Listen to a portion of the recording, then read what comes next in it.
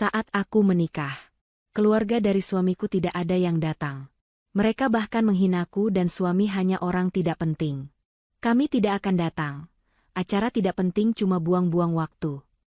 Tapi saat kami berhasil membuka bisnis properti, dengan penghasilan 150 juta per bulan, dan menjadi berita utama di media properti, ibu dan ayah mertuaku mengirim pesan. Makan malam keluarga jam 8. Ada pembahasan penting.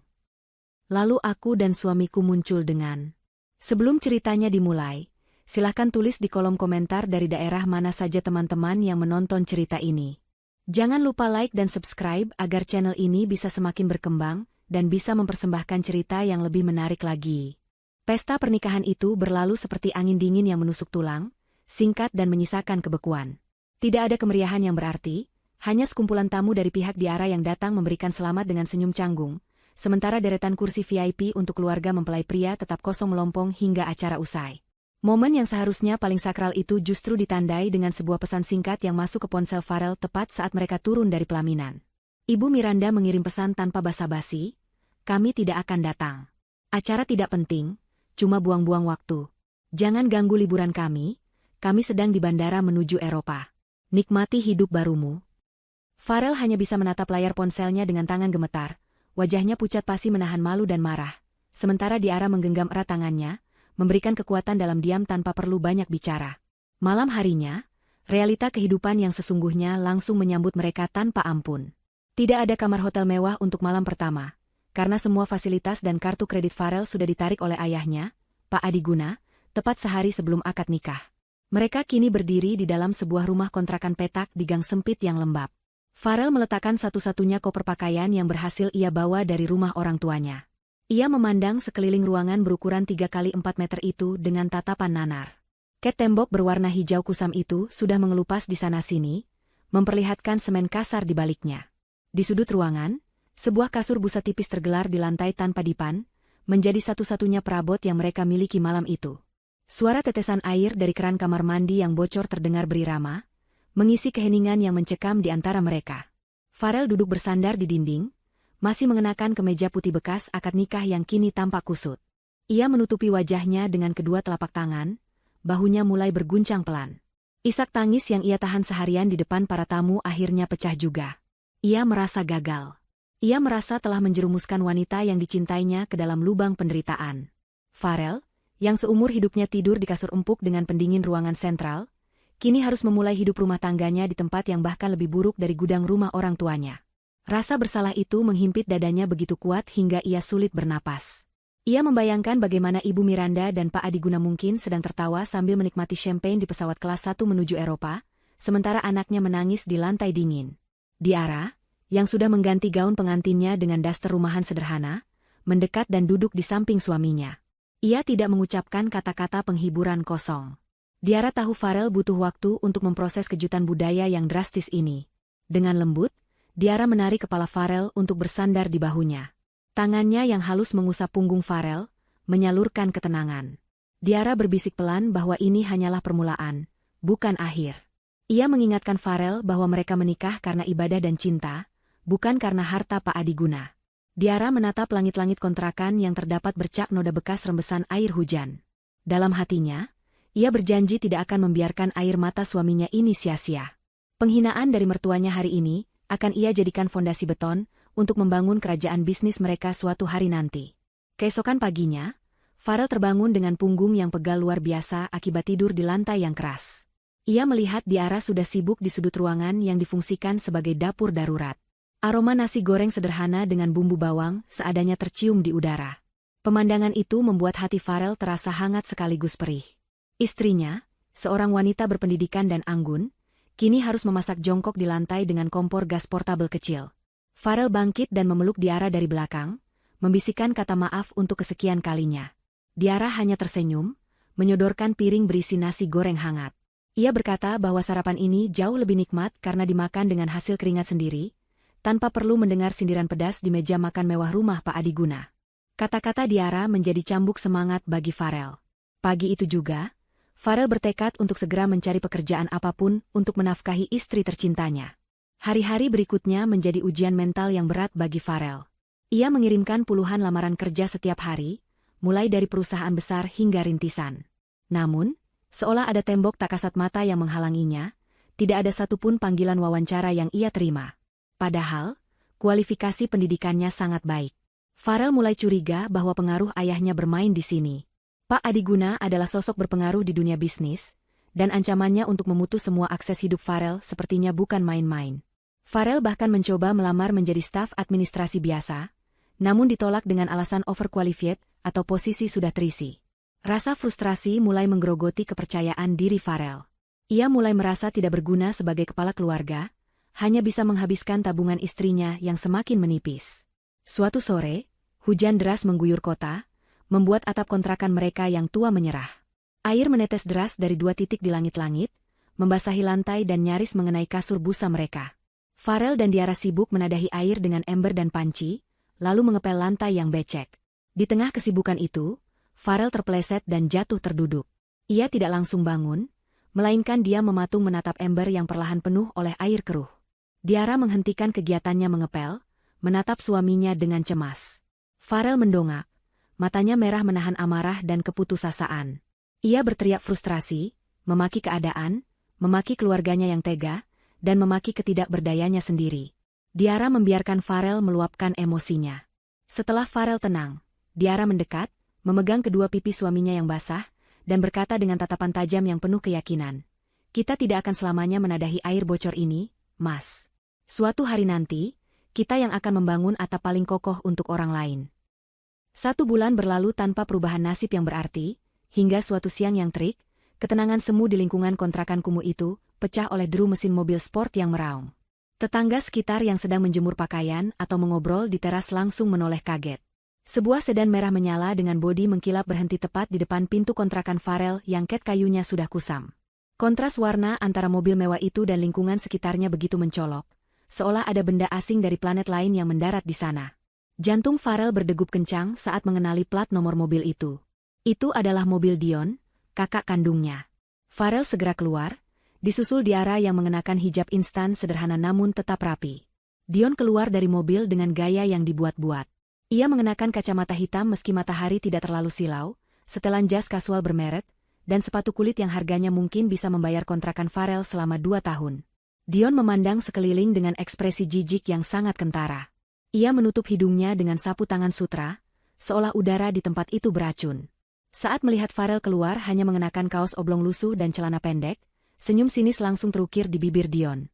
Ia menyapa adiknya dengan nada mengejek yang lantang, bertanya apakah ini, istana cinta, yang Farel banggakan saat memutuskan melawan orang tua. Suara Dion yang keras sengaja ia tujukan agar tetangga sekitar mendengar, mempermalukan Farel di lingkungannya sendiri. Farel mengepalkan tangannya, berusaha menahan amarah yang meletup di dada. Ia bertanya dingin apa tujuan Dion datang ke tempat yang ia sebut, kandang tikus, ini. Dion tertawa renyah, lalu pandangannya beralih pada Diara yang berdiri tenang di belakang Farel. Tatapan Dion menelusuri penampilan Diara dari ujung kepala hingga kaki dengan sorot merendahkan.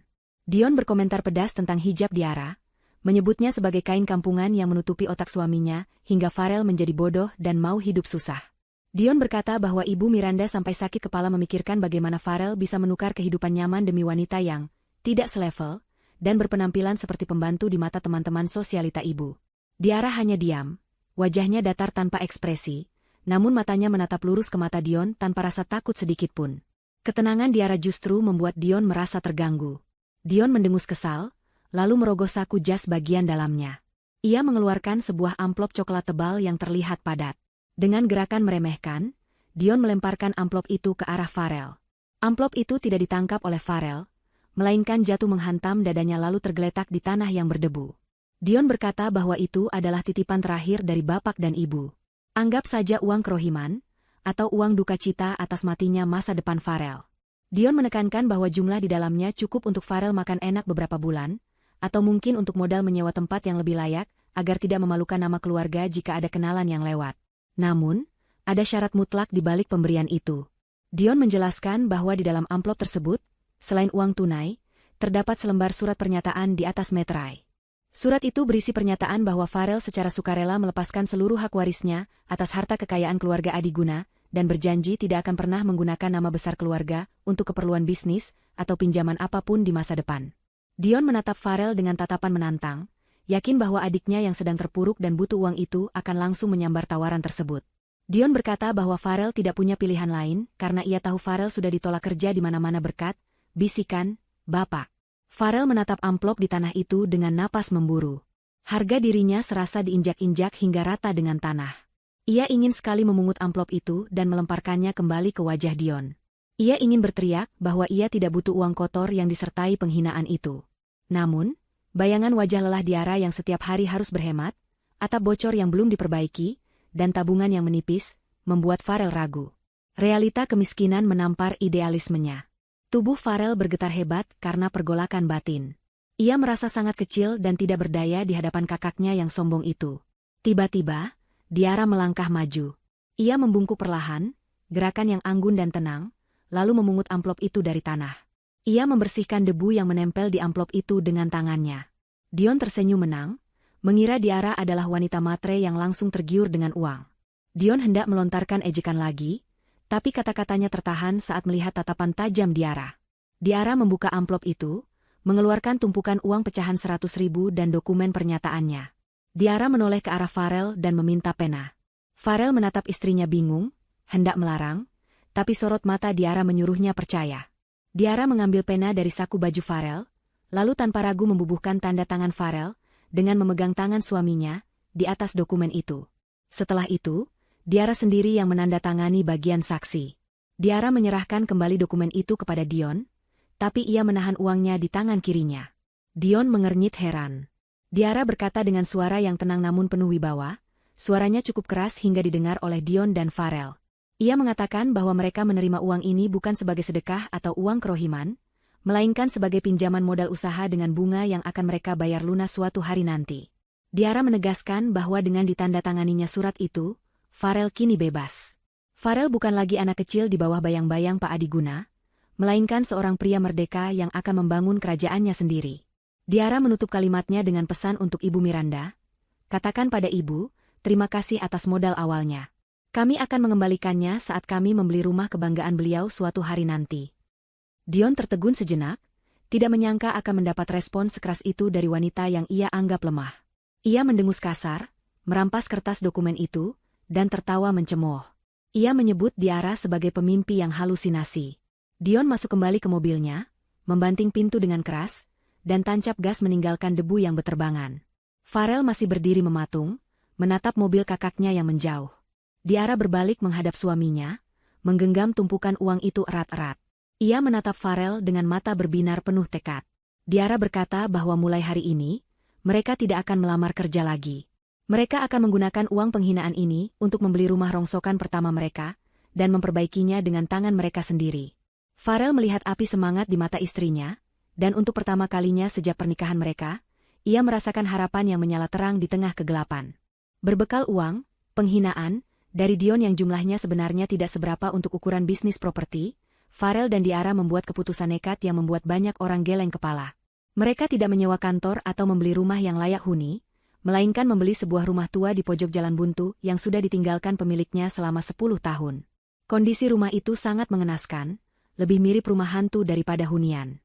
Ilalang tumbuh setinggi dada orang dewasa di halaman depan, atapnya nyaris rubuh dimakan rayap, dan temboknya penuh dengan coretan vandalisme serta lumut tebal yang menghitam.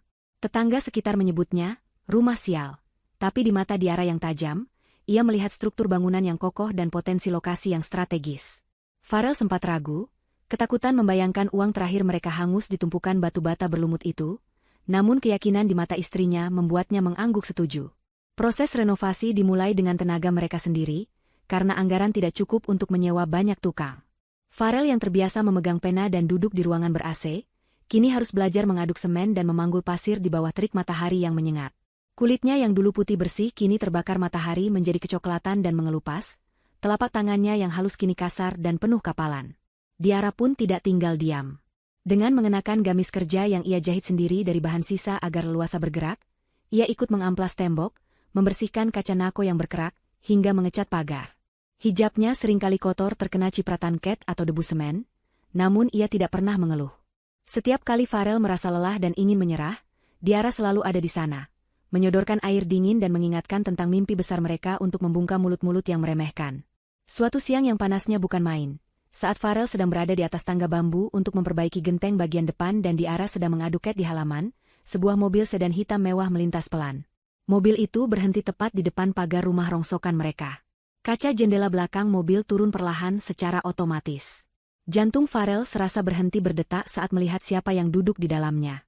Itu adalah Ibu Miranda, ibunya sendiri, dengan kacamata hitam besar dan syal sutra melilit di lehernya. Di sebelahnya duduk Bella, kakak ipar Farel, yang menatap jijik ke arah tumpukan sampah material di halaman. Farel terpaku di atas tangga, rasa malu menyergapnya begitu hebat, hingga ia ingin menghilang saat itu juga. Ia merasa seperti seorang kuli bangunan rendahan yang tertangkap basah oleh majikan lamanya. Ibu Miranda menurunkan kacamata hitamnya sedikit, menatap Farel yang lusuh di atas atap, lalu beralih menatap Diara yang tangannya berlumuran ke tembok. Bukannya turun atau menyapa layaknya seorang ibu yang sudah lama tidak bertemu anak, Ibu Miranda justru menoleh kepada Bella dan berbicara dengan suara yang sengaja dikeraskan agar terdengar sampai ke halaman. Ibu Miranda berkata dengan nada penuh cemooh, bahwa inilah akibatnya jika seorang anak durhaka melawan orang tua, dari calon pewaris perusahaan besar menjadi kuli bangunan yang kotor. Ia menyebut Farel telah membuang masa depannya demi wanita yang hanya bisa mengajaknya hidup susah di gubuk derita. Bella tertawa renyah, menambahkan komentar pedas bahwa Diara terlihat cocok sekali menjadi tukang ket, seolah memang itulah takdir kelas sosialnya sejak awal. Diara, yang mendengar setiap kata itu dengan jelas, tidak menunduk.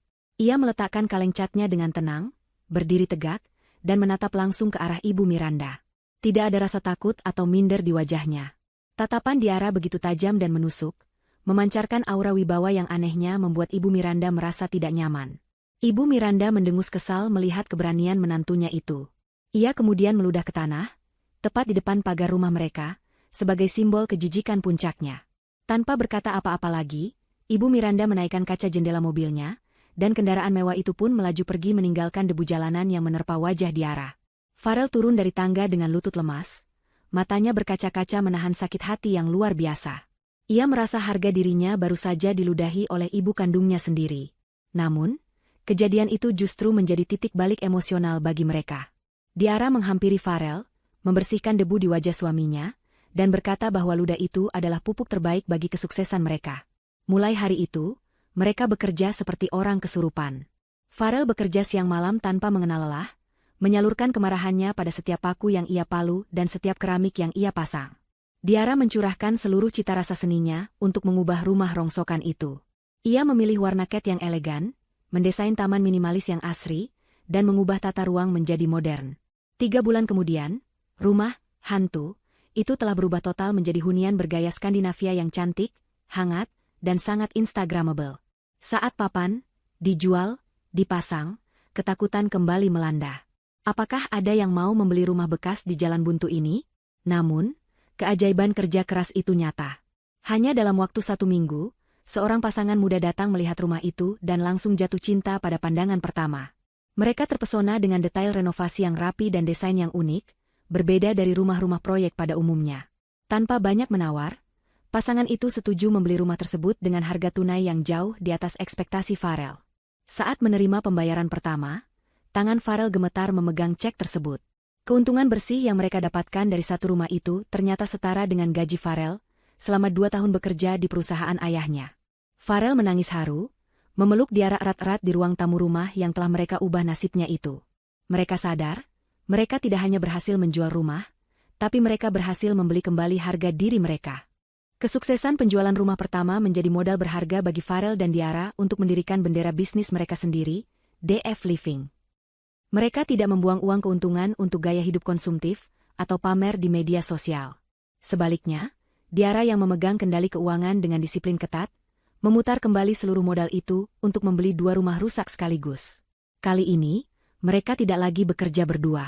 Mereka mulai merekrut 2 orang tukang bangunan berpengalaman dan seorang kenek untuk membantu pekerjaan fisik, sementara Farel bertindak sebagai mandor pengawas yang jeli dan Diara fokus pada manajemen, desain interior, serta pemasaran.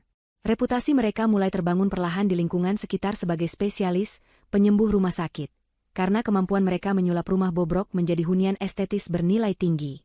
Namun, semakin pohon tumbuh tinggi, semakin kencang angin menerpa. Kabar tentang kesuksesan kecil Farel dan Diara rupanya sampai juga ke telinga keluarga besar Adiguna, terutama Bella. Sang kakak ipar yang hobi pamer itu merasa panas hati melihat Diara, yang dulu ia hina kampungan, kini mulai terlihat sukses dan sering memposting foto-foto hasil karya renovasi yang estetik di media sosial bisnis mereka. Rasa iri dan dengki membuat Bella gelap mata. Ia mulai menyebarkan desas-desus jahat di kalangan teman-teman arisan sosialitanya, dan bahkan menyindir secara halus di media sosial. Bella mengatakan bahwa tidak masuk akal Farel dan Diara bisa sukses secepat itu tanpa bantuan orang tua. Ia meniupkan isu bahwa bisnis properti, DF Living, hanyalah kedok untuk pencucian uang hasil kegiatan ilegal, atau mungkin Farel diam-diam mencuri aset perusahaan ayahnya sebelum dipecat.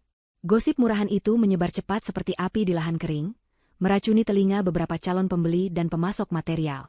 Beberapa tetangga mulai memandang curiga, dan ada pemasok bahan bangunan yang tiba-tiba membatalkan pengiriman karena takut tidak dibayar, termakan hasutan bahwa keuangan Farel tidak jelas. Farel sempat emosi dan ingin melabrak Bella, namun Diara menahannya. Diara, dengan ketenangannya yang semakin matang, mengingatkan Farel bahwa meladeni fitnah hanya akan menurunkan kelas mereka menjadi sama rendahnya dengan pemfitnah. Diara yakin bahwa kebenaran memiliki kakinya sendiri, dan akan sampai ke tujuannya tanpa perlu berteriak. Diara memilih fokus memperbaiki sistem kerja mereka, memastikan setiap transaksi transparan dan hasil bangunan mereka memiliki kualitas terbaik yang tidak bisa dibantah. Di tengah badai fitnah itu, seorang pria parubaya berpenampilan sederhana namun berwibawa datang ke lokasi proyek kedua mereka. Pria itu bernama Pak Ruslan. Ia datang mengendarai mobil kijang tua, memakai kemeja batik yang warnanya sudah agak pudar. Awalnya, Farel mengira Pak Ruslan adalah calon pembeli biasa atau bahkan sales asuransi. Pak Ruslan berkeliling melihat detail bangunan, mengetuk tembok untuk mengecek kepadatan semen, melihat sambungan kabel listrik, hingga mengecek saluran air. Ia tidak banyak bicara, hanya mengangguk-angguk kecil sambil sesekali mencatat di buku saku kecilnya. Sikapnya yang teliti membuat Farel sedikit gugup, takut kalau-kalau ada kesalahan kerja. Setelah puas berkeliling, Pak Ruslan mengajak Farel dan Diara duduk di warung kopi sederhana di depan lokasi proyek. Di sanalah Pak Ruslan membuka identitas aslinya. Ternyata, ia adalah seorang investor properti senior yang sudah pensiun dari panggung utama namun masih aktif mencari bibit-bibit baru untuk didanai. Ia mengaku mendengar rumor miring tentang DF Living dari lingkungan pergaulan bisnis, gosip yang disebarkan oleh Bella. Namun, berbeda dengan orang lain yang langsung percaya, Pak Ruslan justru penasaran. Ia sudah puluhan tahun makan asam garam dunia bisnis dan tahu betul bahwa fitnah keji biasanya hanya menyerang orang yang benar-benar berpotensi mengancam pesaingnya. Pak Ruslan berkata dengan suara baritonnya yang tenang, bahwa ia datang untuk membuktikan sendiri apakah Farel dan Diara adalah penipu seperti yang dituduhkan, atau berlian yang sedang diasah. Dan setelah melihat etos kerja mereka, kerapian administrasi yang ditunjukkan Diara, serta kualitas bangunan yang diawasi Farel, Pak Ruslan menemukan jawabannya. Ia melihat kejujuran dalam setiap adukan semen, dan setiap rupiah yang dicatat Diara. Pak Ruslan menawarkan kerjasama investasi. Ia tidak menawarkan uang cuma-cuma, melainkan suntikan modal besar untuk membeli lahan seluas 2 hektar yang selama ini terbengkalai, dengan sistem bagi hasil yang adil. Ia ingin Farel dan Diara membangun sebuah townhouse berkonsep eco-living, proyek yang jauh lebih besar dari sekadar renovasi rumah rongsokan. Farel dan Diara ternganga, tidak percaya dengan apa yang mereka dengar. Di saat keluarga sendiri berusaha menghancurkan nama baik mereka dengan fitnah keji, orang asing justru datang memberikan kepercayaan penuh sebesar miliaran rupiah. Pak Ruslan tersenyum melihat keraguan di wajah mereka, lalu berkata kalimat yang akan selalu diingat Diara. Saya tidak berinvestasi pada tanah atau bata, Nak. Saya berinvestasi pada karakter. Orang yang bisa bangkit setelah diludahi ibunya sendiri dan tetap bekerja jujur di tengah fitnah, adalah orang yang tidak akan pernah membawa lari uang saya. Hari itu, di warung kopi pinggir jalan, sebuah kesepakatan besar terjalin. Fitnah Bella yang niatnya menghancurkan, justru menjadi jalan pembuka bagi DF Living, untuk naik kelas dari pemain amatir menjadi pemain liga utama. Allah punya caranya sendiri untuk mengangkat derajat hambanya yang bersabar. 3 tahun berlalu sejak pertemuan tak terduga dengan Pak Ruslan di warung kopi pinggir jalan, dan waktu seolah berlari kencang bagi Farel dan Diara. Perusahaan properti mereka, DF Living, kini bukan lagi pemain kemarin sore yang dipandang sebelah mata.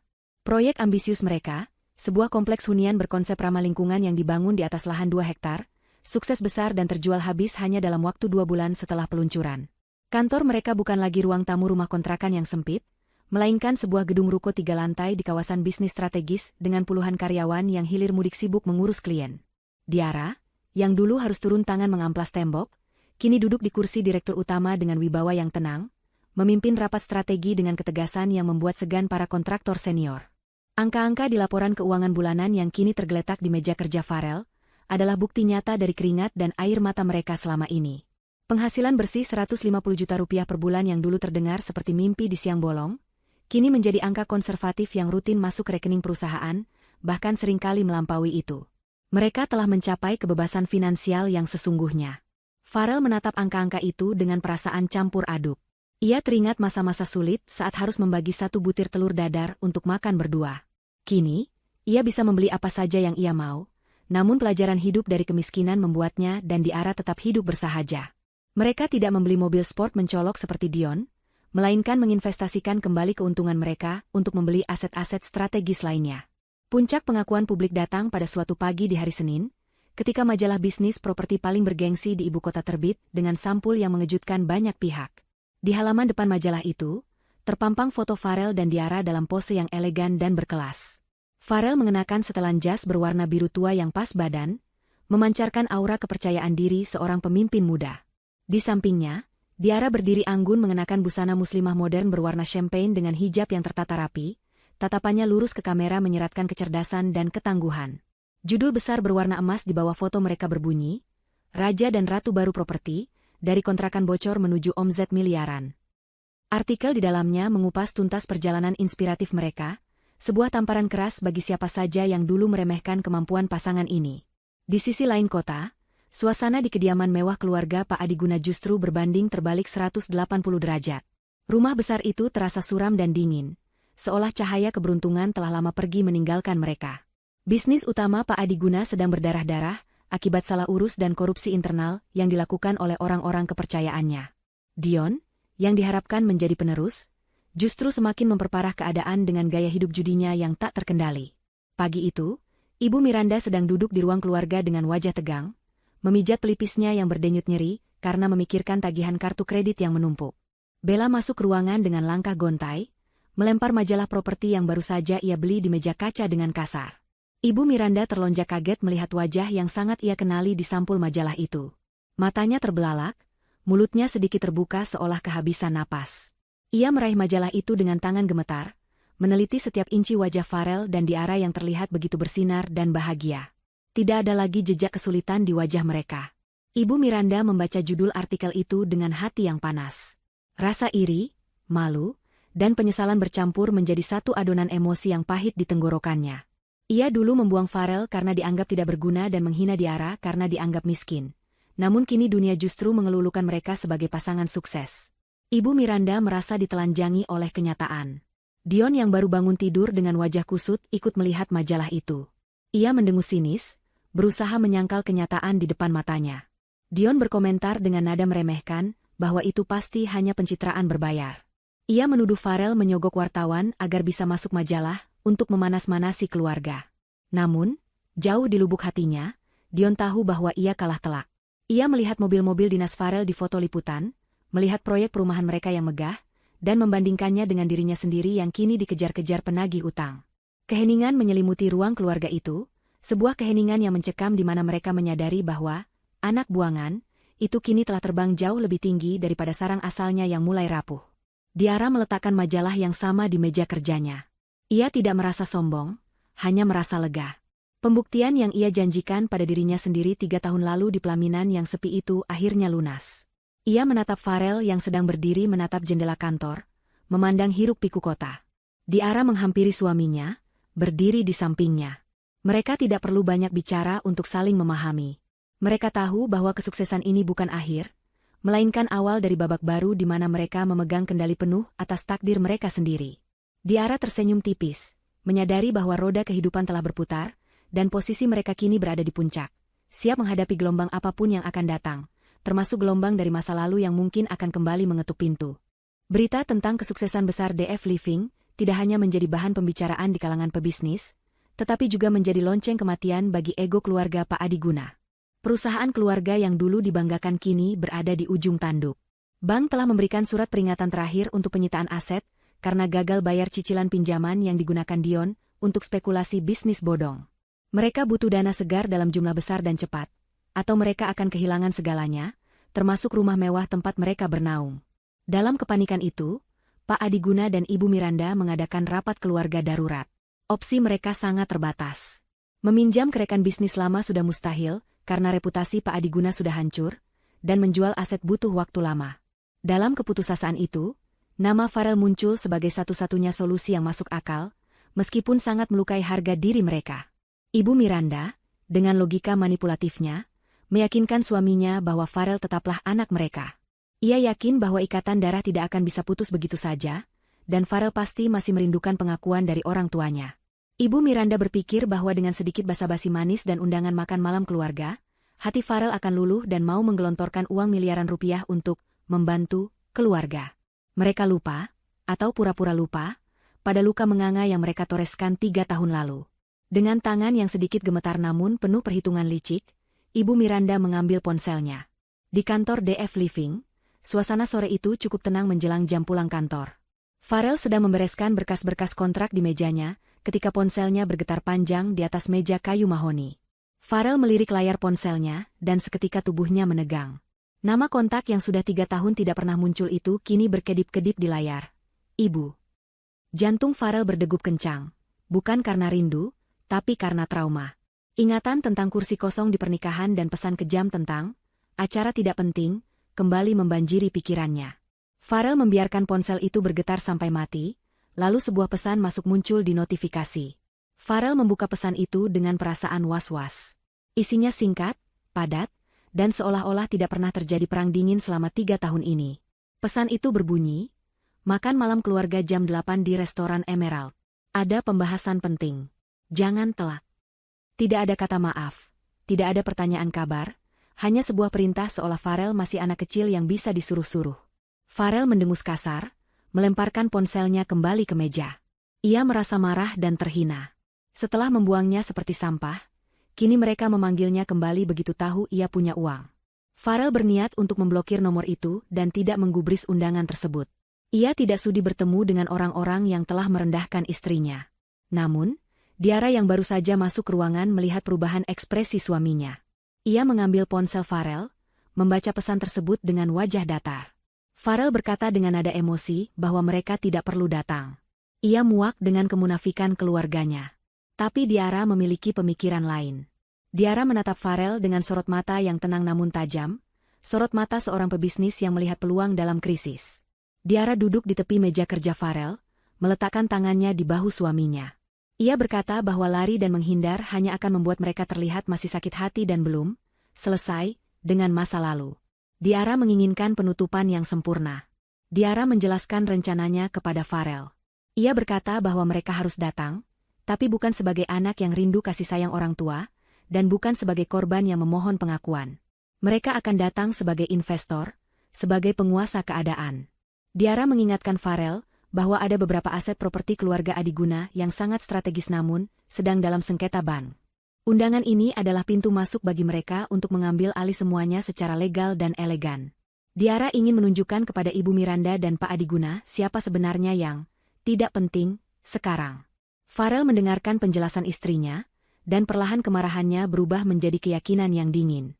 Ia melihat senyum misterius di bibir Diara, senyum yang menandakan bahwa istrinya sudah menyiapkan skenario, skakmat, yang cantik. Farel mengangguk setuju. Ia mengambil kembali ponselnya, lalu mengetik balasan singkat yang formal, bukan sebagai anak kepada ibu, tapi layaknya rekan bisnis, kami akan hadir tepat waktu. Farel kemudian menekan tombol kirim. Di seberang sana, Ibu Miranda tersenyum puas saat membaca balasan itu, mengira umpannya berhasil dan Farel masihlah anak bodoh yang penurut. Ia tidak tahu bahwa Farel dan Diara sedang mempersiapkan kedatangan mereka bukan dengan tangan kosong, melainkan dengan amunisi dokumen yang akan meruntuhkan kesombongan keluarga Adiguna hingga ke akar-akarnya. Malam itu, Diara mulai sibuk mempersiapkan penampilan mereka. Ia memilihkan pakaian terbaik untuk Farel, sebuah setelan jas bespoke dari desainer ternama yang harganya puluhan juta rupiah, namun terlihat simpel dan tidak norak. Untuk dirinya sendiri, Diara memilih gamis sutra berwarna midnight blue dengan potongan tegas yang memancarkan aura kekuasaan, dipadukan dengan hijab satin senada dan bros berlian kecil yang elegan.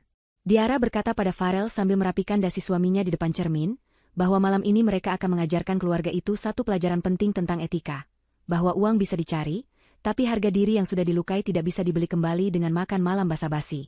Mereka siap melangkah ke medan perang yang menyamar sebagai meja makan. Jam dinding menunjukkan pukul 7 malam, 1 jam sebelum waktu pertemuan yang ditentukan. Di dalam walk-in closet rumah mewah mereka yang baru, Diara berdiri mematung di depan cermin besar.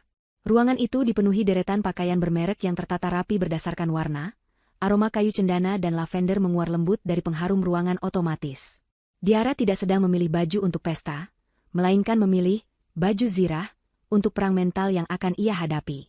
Ia mengesampingkan gaun-gaun berwarna cerah dengan motif ramai. Tangannya terulur mengambil sebuah setelan blazer dan rok panjang berbahan sutra tebal berwarna biru gelap, warna yang memancarkan otoritas dan ketenangan yang dingin. Hijab yang dipilihnya bukan model rumit yang penuh jarum pentul, melainkan gaya clean look sederhana berbahan premium yang membingkai wajahnya dengan tegas. Farel masuk ke ruangan itu dengan handuk masih melingkar di lehernya. Ia menatap punggung istrinya dari pantulan cermin. Ada aura berbeda yang dipancarkan Diara malam ini. Bukan lagi Diara si gadis lugu yang menangis di kontrakan bocor, melainkan Diara sang direktur utama yang biasa memecat kontraktor tidak jujur tanpa kedipan mata.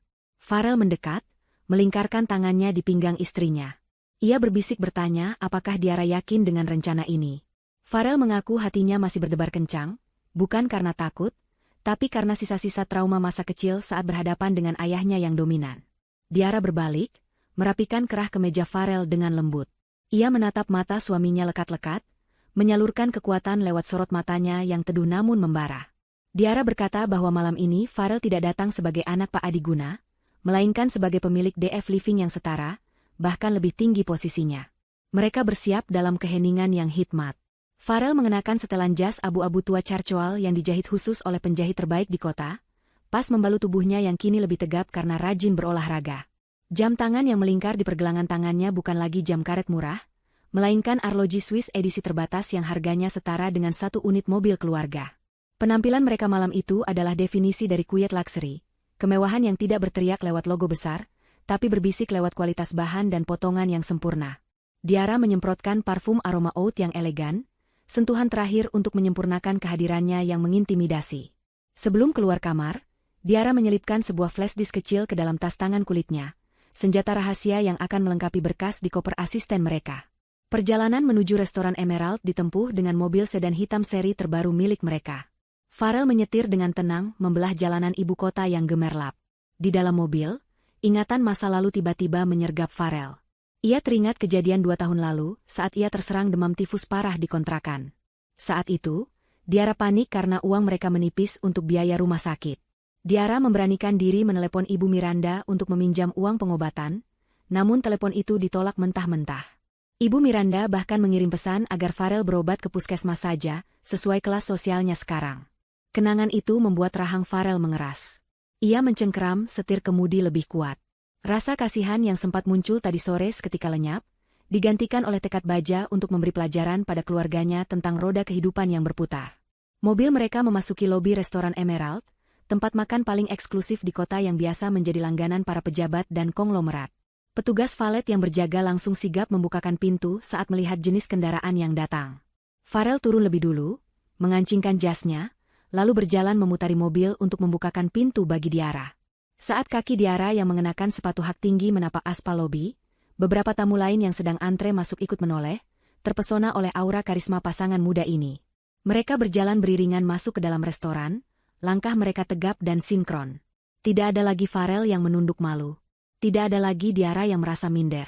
Mereka berjalan seolah-olah mereka adalah pemilik tempat itu. Resepsionis restoran menyambut mereka dengan senyum lebar dan sapaan ramah yang sangat sopan. Farel menyebutkan nama reservasi atas nama Bapak Adiguna. Resepsionis itu mengangguk hormat, lalu memandu mereka menuju ruang VIP private dining di lantai 2. Sepanjang perjalanan menaiki tangga melingkar yang mewah, Diara menggenggam tangan Farel erat. Sentuhan itu adalah kode rahasia di antara mereka, tanda untuk saling menguatkan. Di depan pintu ruang VIP yang terbuat dari kayu jati ukir tebal, mereka berhenti sejenak. Farel menarik napas panjang, mengisi paru-parunya dengan keberanian. Ia menatap Diara, dan Diara mengangguk mantap. Farel mendorong pintu berat itu hingga terbuka lebar. Cahaya lampu kristal dari dalam ruangan menyembur keluar, menyoroti wajah-wajah tegang keluarga Adiguna yang sudah duduk menunggu di dalam. Pertunjukan utama malam ini pun dimulai. Suasana di dalam ruang VIP itu terasa ganjil, seperti udara sebelum badai menerjang. Di tengah ruangan, sebuah meja bundar besar beralaskan taplak putih bersih, telah ditata dengan peralatan makan perak yang berkilauan. Pak Adiguna duduk di kursi utama menghadap pintu, wajahnya yang mulai keriput berusaha menampilkan wibawa patriarki, meski matanya menyeratkan kelelahan. Di samping kirinya, Ibu Miranda mengenakan gaun merah marun dengan perhiasan emas yang agak berlebihan, seolah ingin menutupi fakta bahwa keuangan mereka sedang sekarat. Dion dan Bella duduk di sisi lain, sibuk berbisik-bisik sambil sesekali melirik jam tangan, terlihat gelisah. Saat pintu terbuka dan sosok Farel serta Diara muncul, keheningan menyergap ruangan itu seketika. Semua mata tertuju pada pasangan yang baru datang itu. Ibu Miranda, yang dulu meludah di depan rumah rongsokan mereka, kini bangkit berdiri dengan senyum lebar yang dipaksakan hingga matanya menyipit. Ia merentangkan kedua tangannya, berjalan mendekati Farel seolah menyambut pahlawan perang yang pulang. Ia memeluk Farel singkat, aroma parfumnya yang menyengat menusuk hidung Farel. Ibu Miranda berkata dengan suara dibuat-buat manja, mengatakan betapa ia sangat merindukan putra bungsunya yang tampan ini. Ia bahkan beralih memeluk Diara, melakukan cipika-cipiki di udara tanpa menyentuh pipi, sambil memuji kulit Diara yang terlihat glowing dan pilihan bajunya yang sangat berkelas. Kata-kata manis itu meluncur deras dari mulutnya, seolah 3 tahun penghinaan dan pemblokiran komunikasi tidak pernah terjadi. Farel dan Diara menanggapi sambutan hangat palsu itu dengan senyum tipis yang sopan namun berjarak. Mereka tidak membalas pelukan itu dengan antusias. Farel menarik kursi untuk Diara, mempersilakan istrinya duduk, lalu ia duduk di sampingnya, berhadapan langsung dengan Pak Adiguna. Pelayan mulai menyajikan hidangan pembuka. Sepanjang sesi makan, Ibu Miranda terus mendominasi percakapan dengan basa-basi yang memuakan. Ia memuji kesuksesan DF Living yang beritanya ada di mana-mana, menyebut bahwa bakat bisnis Farel pasti turunan dari Pak Adiguna. Bella sesekali menimpali dengan pertanyaan menyelidik tentang berapa harga tas yang dipakai Diara, atau di mana mereka berlibur terakhir kali, mencoba mengukur seberapa tebal dompet adik iparnya sekarang. Diara menjawab setiap pertanyaan dengan singkat, padat, dan cerdas, membuat Bella mati kutu karena tidak bisa menemukan celah untuk mencela. Dion, yang sedari tadi dia menahan gengsi, akhirnya tidak tahan juga. Ia meletakkan garpunya dengan kasar, hingga berdenting nyaring di piring. Dengan nada sinis, Dion berkata bahwa Farel pasti sekarang sudah lupa daratan sampai tidak pernah main ke rumah orang tua. Ia menyindir bahwa Farel menjadi sombong mentang-mentang sudah masuk majalah. Suasana mendadak tegang. Namun, sebelum Farel sempat membalas, Pak Adiguna mengangkat tangannya, memberi isyarat agar Dion diam. Pak Adiguna berdeham, membersihkan tenggorokannya, lalu mengubah posisi duduknya menjadi lebih condong ke depan. Wajah ramahnya perlahan luntur, digantikan oleh ekspresi serius seorang pengusaha yang sedang terdesak. Momen basa-basi sudah selesai, kini saatnya masuk ke menu utama yang sebenarnya. Pak Adiguna mulai berbicara dengan nada rendah, mencoba menyentuh sisi emosional Farel. Ia bercerita bahwa bisnis keluarga sedang mengalami sedikit guncangan karena kondisi ekonomi global yang tidak menentu. Ia tidak menyebutkan tentang hutang judi Dion atau salah urus manajemen, melainkan menyalahkan faktor eksternal. Pak Adiguna mengatakan bahwa sebagai keluarga, mereka harus saling menopang. Ia menyebutkan sebuah angka yang fantastis, 5 miliar rupiah. Uang itu diminta sebagai suntikan investasi dari Farel untuk menyelamatkan perusahaan ayah yang sedang butuh arus kas cepat. Pak Adiguna membingkainya sebagai kewajiban moral seorang anak yang sudah sukses untuk membalas budi orang tua yang telah membesarkannya, melupakan fakta bahwa ia pernah mencoret Farel dari daftar keluarga. Ibu Miranda ikut menambahkan dengan suara yang dibuat sendu, matanya berkaca-kaca pura-pura sedih. Ia berkata bahwa jika Farel membantu, mereka akan melupakan semua perselisihan di masa lalu dan menerima Diara sepenuhnya sebagai menantu kesayangan. Itu adalah tawaran damai yang bersyarat uang. Bella dan Dion menatap Farel dengan tatapan penuh harap sekaligus menuntut, seolah uang Farel adalah hak mereka juga. Mereka yakin Farel akan luluh. Farel menatap wajah-wajah di depannya satu persatu. Wajah ayah yang arogan, wajah ibu yang manipulatif, wajah kakak yang iri hati. Ia tidak menemukan cinta di sana, hanya ketamakan. Diara, yang sedari tadi tenang mendengarkan sambil mengaduk supnya yang belum disentuh, perlahan meletakkan sendok raknya di atas meja dengan gerakan anggun. Bunyi denting pelan sendok itu terdengar begitu nyaring di ruangan yang hening. Diara mengangkat wajahnya, menatap Pak Adiguna tepat di manik mata, lalu beralih menatap Ibu Miranda. Senyum manis yang mengerikan terukir di bibirnya. Diara berkata dengan suara lembut namun penuh penekanan, bahwa mereka sangat menghargai tawaran investasi tersebut. Ia setuju bahwa keluarga harus saling membantu dan bisnis adalah bisnis. Diara kemudian berkata bahwa kebetulan sekali, mereka juga membawa sebuah proposal penawaran yang jauh lebih menarik daripada sekadar suntikan dana 5 miliar. Diara menekan tombol kecil di ponselnya yang tergeletak di meja. Detik berikutnya, pintu ruang VIP terbuka.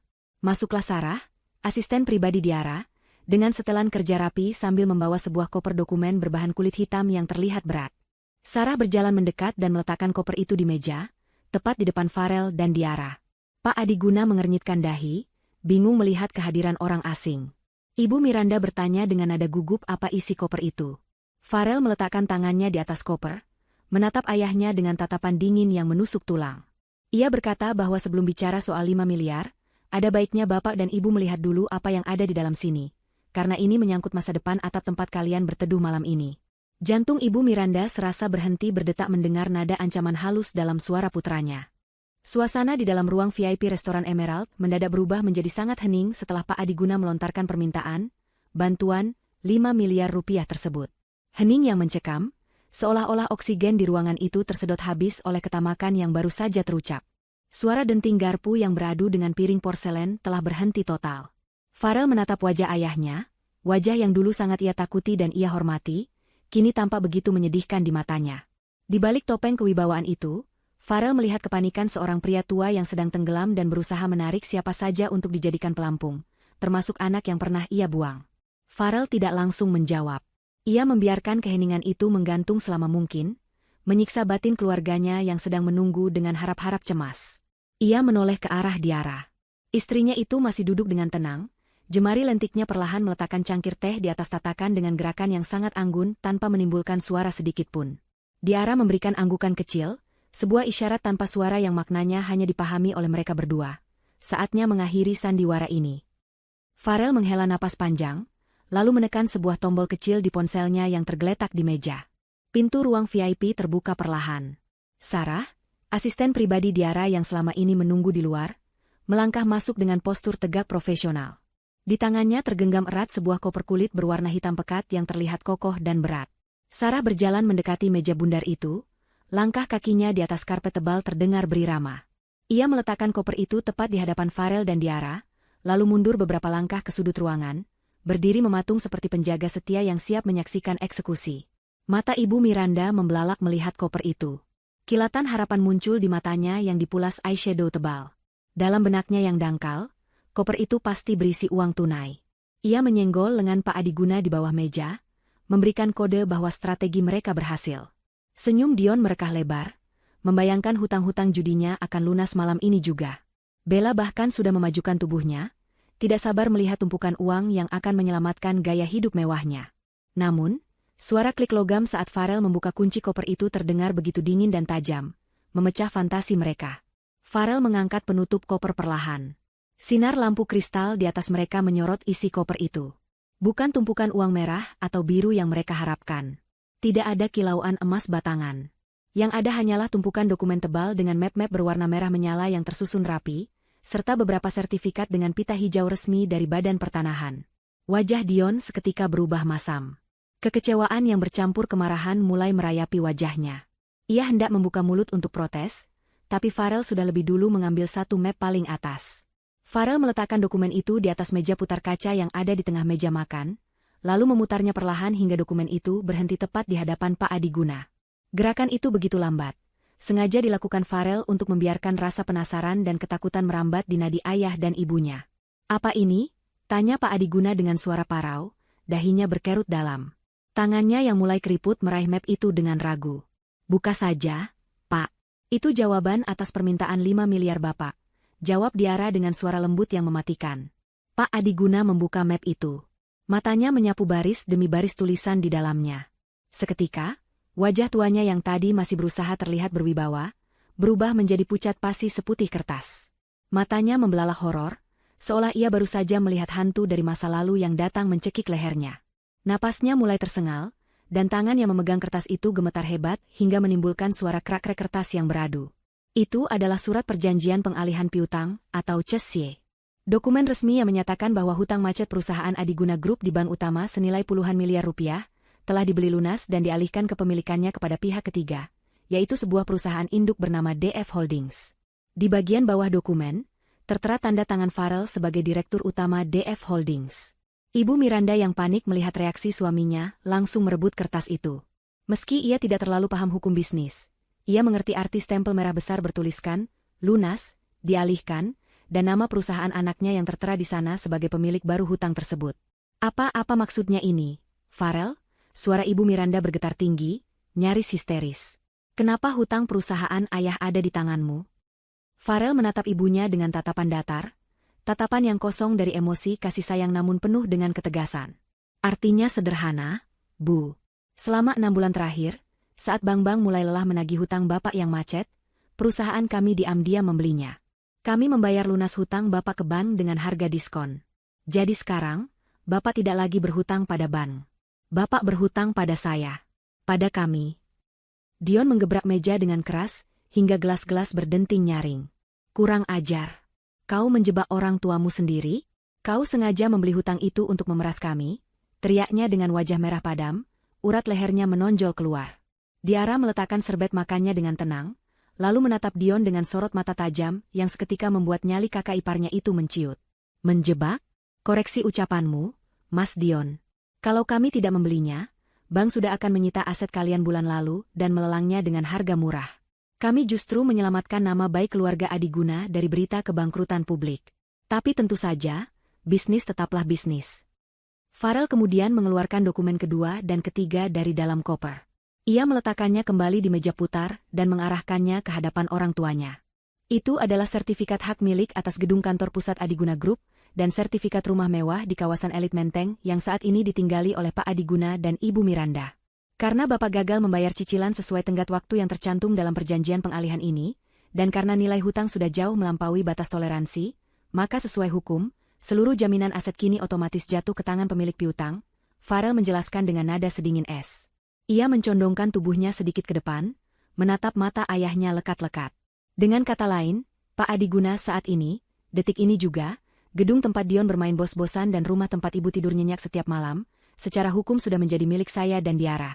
Kalian bukan lagi pemilik. Kalian hanyalah penghuni liar di properti milik kami. Ibu Miranda menjerit tertahan, tangannya menutup mulut. Air matanya mulai tumpah deras. Kali ini bukan air mata buaya untuk memanipulasi, melainkan air mata ketakutan murni. Ia membayangkan dirinya diusir, hidup menggelandang, kehilangan status sosialitanya, dan menjadi bahan tertawaan teman-temannya. Ia langsung berdiri, berlari kecil memutari meja, dan bersimpuh di kaki Farel. Farel, nak jangan lakukan ini. Ibu yang melahirkanmu. Ibu yang menyusuimu. Masa kau tega mengusir orang tuamu sendiri? Kami sudah tua, Farel. Di mana hati nuranimu? Ratap Ibu Miranda sambil mencengkeram celana bahan Farel. Farel menatap wanita yang bersimpuh di kakinya itu. Dulu, ia akan melakukan apa saja demi mendapatkan sedikit saja kasih sayang dari wanita ini. Dulu, ia rela memohon restu. Tapi ingatan tentang pesan singkat 3 tahun lalu kembali terputar di kepalanya. Acara tidak penting, cuma buang-buang waktu. Farel memegang bahu ibunya, bukan untuk memeluk, tapi untuk menjauhkannya perlahan namun tegas. Bu, berdirilah. Jangan mempermalukan diri sendiri di tempat umum. Dulu ibu bilang pernikahan saya tidak penting dan buang-buang waktu. Saya hanya mengikuti ajaran ibu. Mengurus keluarga yang tidak menghargai saya juga buang-buang waktu. Ini murni bisnis. Dan dalam bisnis, seperti yang Bapak ajarkan saat memecat saya tanpa pesangon dulu, tidak ada tempat untuk perasaan cengeng. Pak Adiguna terduduk lemas di kursinya, seolah tulangnya telah dilolosi satu persatu. Ia menatap Farel, anak yang dulu ia anggap paling lemah dan tidak berguna, kini berdiri sebagai raksasa yang memegang kendali penuh atas hidup matinya. Ia sadar, ia telah kalah total. Kesombongannya telah menjadi bumerang yang menghancurkan lehernya sendiri. Diara kemudian angkat bicara, suaranya menjadi satu-satunya hal yang terdengar rasional di tengah kekacauan emosional itu. Kami tidak sekejam yang kalian bayangkan. Kami tidak akan membiarkan kalian tidur di kolong jembatan malam ini. Kami punya 2 penawaran. Diara mengangkat 2 jari tangannya. Opsi 1. Kalian boleh tetap tinggal di rumah itu dan Dion boleh tetap bekerja di kantor. Tapi, status kalian berubah. Bapak dan Ibu harus membayar sewa bulanan kepada kami sesuai harga pasar properti di kawasan itu. Dan Dion, kau akan turun jabatan menjadi staf pemasaran junior dengan gaji UMR, di bawah pengawasan manajer yang saya tunjuk. Tidak ada lagi fasilitas mobil mewah, tidak ada kartu kredit perusahaan. Dion meludah ke lantai, merasa terhina. Aku jadi bawahanmu? Jangan mimpi. Kalau begitu, silakan ambil opsi 2, potong Farel cepat. Kosongkan rumah dan kantor dalam waktu 2x24 jam. Silakan keluar dengan membawa pakaian pribadi saja. Semua perabot, lukisan, dan kendaraan adalah aset sitaan yang tidak boleh dibawa. Kalian bisa memulai hidup baru dari nol, persis seperti yang kalian lakukan pada saya dan Diara 3 tahun lalu. Farel berdiri, merapikan jasnya yang sedikit kusut karena cengkeraman ibunya tadi. Ia menatap keluarganya satu persatu. Ayah yang hancur, ibu yang menangis, kakak yang murka, dan ipar yang ketakutan. Tidak ada rasa dendam yang meledak-ledak, hanya rasa lega yang luar biasa karena beban masa lalu telah terangkat. Kami tidak butuh jawaban sekarang. Silakan berdiskusi sampai restoran tutup, kata Farel sambil mengulurkan tangannya kepada Diara. Istrinya menyambut uluran tangan itu dan berdiri dengan anggun. Sebelum melangkah keluar pintu, Farel berhenti sejenak dan menoleh ke belakang. Ia menatap pelayan yang berdiri bingung di pojok ruangan. Mas, panggil Farel. Tolong berikan tagihan makan malam meja ini ke saya. Saya yang bayar. Farel kemudian menatap ayahnya untuk terakhir kali malam itu. Makan malamnya saya yang traktir. Anggap saja sedekah terakhir untuk masa tua kalian. Selamat malam. Farel dan Diara melangkah keluar dari ruang VIP itu, meninggalkan keluarga Adiguna yang masih terpaku dalam kehancuran mereka. Langkah mereka ringan, seolah mereka baru saja melepaskan rantai besi yang membelenggu kaki mereka selama bertahun-tahun. Malam itu, di restoran Emerald, tuan rumah yang sebenarnya telah menunjukkan siapa dirinya. 6 bulan telah berlalu sejak malam penentuan di restoran Emerald, namun rasanya seperti 1 abad bagi keluarga Adiguna. Roda nasib tidak hanya berputar, ia melindas siapa saja yang terlalu sombong untuk menyingkir dari jalannya. Di sebuah kawasan pinggiran kota yang padat penduduk, jauh dari hiruk-pikuk kemewahan Jakarta Pusat, Pak Adiguna dan Ibu Miranda kini menjalani sisa hari tua mereka dalam realita yang pahit. Mereka akhirnya memilih opsi kedua, pergi dari rumah mewah itu. Ego Pak Adiguna yang setinggi langit tidak mengizinkannya untuk hidup sebagai penyewa di rumah yang dulunya miliknya sendiri. Apalagi harus membayar upeti bulanan kepada anak yang pernah ia buang. Dengan sisa-sisa uang simpanan yang sangat sedikit, mereka menyewa sebuah rumah petak kecil di gang sempit. Ironi kehidupan begitu kental terasa. Rumah itu sangat mirip dengan kontrakan bocor tempat Farel dan Diara memulai hidup mereka dulu. Bedanya, di rumah ini tidak ada cinta dan harapan, hanya ada penyesalan dan amarah yang tak berkesudahan. Setiap pagi di rumah kontrakan itu dimulai dengan teriakan. Ibu Miranda, yang kulitnya kini tidak lagi terawat dan keriputnya semakin jelas tanpa botoks, terus-menerus mengeluh. Ia mengeluh tentang air sumur yang bau besi, tentang suara berisik tetangga yang menyetel musik dangdut terlalu keras, tentang kasur busa yang membuat punggungnya sakit. Ia menyalahkan Pak Adiguna atas kebangkrutan mereka, mencaci maki suaminya sebagai pria tak berguna yang gagal melindungi harta keluarga. Pak Adiguna, yang kini sering sakit-sakitan dan batuk-batuk karena stres, membalas dengan menyalahkan Ibu Miranda yang terlalu memanjakan Dion dan menghabiskan uang untuk gaya hidup sosialita yang sia-sia. Pertengkaran mereka menjadi tontonan rutin tetangga, sebuah drama tragis dari sepasang mantan raja dan ratu yang kehilangan tahtanya. Nasib Dion lebih mengenaskan lagi. Begitu palu kebangkrutan diketuk dan Dion kehilangan semua fasilitas mewahnya, Bella langsung menunjukkan warna aslinya. Istri yang dulu terlihat setia menemani Dion berpesta itu, mengajukan gugatan cerai, hanya 2 minggu setelah mereka terusir dari rumah utama. Bella pergi tanpa menoleh ke belakang, membawa serta apa saja yang masih bisa ia jual, meninggalkan Dion sendirian dalam keterpurukan. Hancur secara mental dan finansial, Dion kini menjadi pria pemarah yang hidup luntang-lantung. Ia mencoba melamar kerja, tapi reputasinya sebagai pebisnis gagal dan penjudi sudah tersebar luas di lingkaran bisnis, menutup semua pintu kesempatan. Dion kini sering terlihat di warung kopi murah, merokok kretek-ketengan, menatap kosong kejalanan sambil membual tentang masa lalunya yang kaya raya kepada siapa saja yang mau mendengar, sebuah pelarian menyedihkan dari kenyataan bahwa ia kini bukan siapa-siapa. Sementara itu, di jantung distrik bisnis ibu kota, langit sore yang berwarna jingga keemasan menjadi latar belakang bagi sebuah perayaan kemenangan yang sesungguhnya. Sebuah gedung pencakar langit baru setinggi 25 lantai berdiri megah, kaca-kacanya memantulkan cahaya matahari sore dengan indah. Di bagian depan gedung, terpasang logo besar berwarna emas, DF Tower. Ratusan tamu undangan memadati area lobi dan ballroom gedung baru itu. Karangan bunga ucapan selamat berjejer sepanjang jalan masuk, dikirim oleh menteri, direktur bank, hingga selebriti papan atas. Di atas panggung utama, Farel dan Diara berdiri berdampingan, menjadi pusat perhatian semua orang. Farel terlihat gagah dan berwibawa dengan setelan jas hitam, wajahnya memancarkan kedewasaan seorang pemimpin yang telah ditempa oleh badai. Di sampingnya, Diara tampil memukau dengan busana muslimah berwarna emerald green rancangan desainer internasional. Hijabnya tertata sederhana namun memancarkan aura keanggunan yang sulit ditandingi. Pak Ruslan, investor pertama yang percaya pada mereka saat semua orang mencemooh, duduk di barisan paling depan. Wajah tuanya berseri-seri, matanya berkaca-kaca karena bangga, seolah ia sedang melihat keberhasilan anak kandungnya sendiri. Farel memegang mikrofon, suaranya bergema mantap di seluruh ruangan yang hening menyimak. Dalam pidatonya, ia tidak sedikit pun menyinggung tentang dendam atau kepahitan masa lalu. Ia tidak menggunakan panggung itu untuk mempermalukan keluarganya yang telah jatuh. Sebaliknya, Farel berbicara tentang kekuatan mimpi, tentang pentingnya memiliki pasangan yang mau diajak menderita bersama, dan tentang keyakinan bahwa kerja keras yang jujur tidak akan pernah mengkhianati hasil. Gedung ini, kata Farel sambil menatap Diara dengan penuh cinta, bukanlah simbol kekayaan semata. Ini adalah monumen dari setiap tetes keringat istri saya yang dulu ikut mengamplas tembok rumah rongsokan. Ini adalah bukti dari setiap doa yang kami panjatkan di bawah atap kontrakan yang bocor. Saya berdiri di sini hari ini bukan karena saya hebat, tapi karena saya memiliki wanita hebat yang tidak pernah meninggalkan saya saat saya tidak punya apa-apa. Tepuk tangan gemuruh meledak di ruangan itu.